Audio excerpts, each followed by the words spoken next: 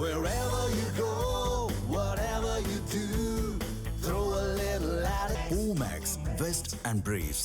மேலும் ஒரு அண்மை செய்தி. தாவேக ஆட்சியை கவிழ்க்க குதிரை பேரம் செய்த வழக்கில் செந்தில் பாலாஜியிடம் 1.5 மணி நேரம் போலீசார் விசாரணை.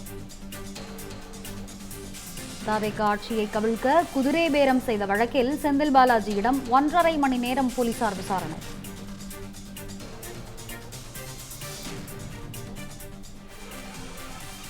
நீதிமன்ற உத்தரவுப்படி செந்தில் பாலாஜி அவரது சகோதரர் அசோக் குமார் திருவல்லிக்கேணி காவல் நிலையத்தில் ஆஜர்.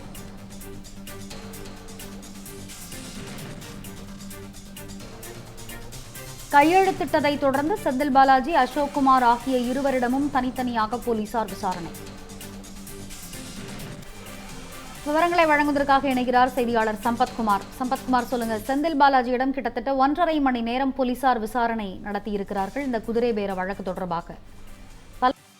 அவரிடம் எழுப்பப்பட்டிருக்கின்றன. விவரங்கள் நம்மிடம் என்ன இருக்கின்றன, விரிவா வழங்குங்க.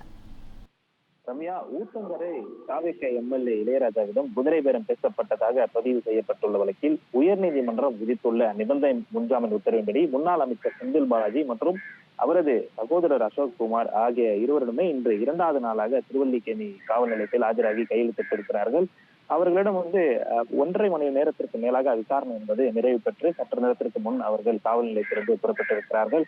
இந்த உயர்நீதிமன்ற உத்தரவின்படி மறு உத்தரவு பிறப்பிக்கப்படும் வரை இருவரும் தினமும் காலை 10:30 மணிக்கும் மாலை 5:30 மணிக்கும் திருவல்லிக்கேணி காவல் நிலையத்தில் ஆஜராகி கையெழுத்திட வேண்டும் என்ற நிபந்தனை அமலில் உள்ளது. இந்த உத்தரவின் அடிப்படையில் இன்று காலை இருவருமே காவல் நிலையத்தில் ஆஜராகி இருக்கிறார்கள்.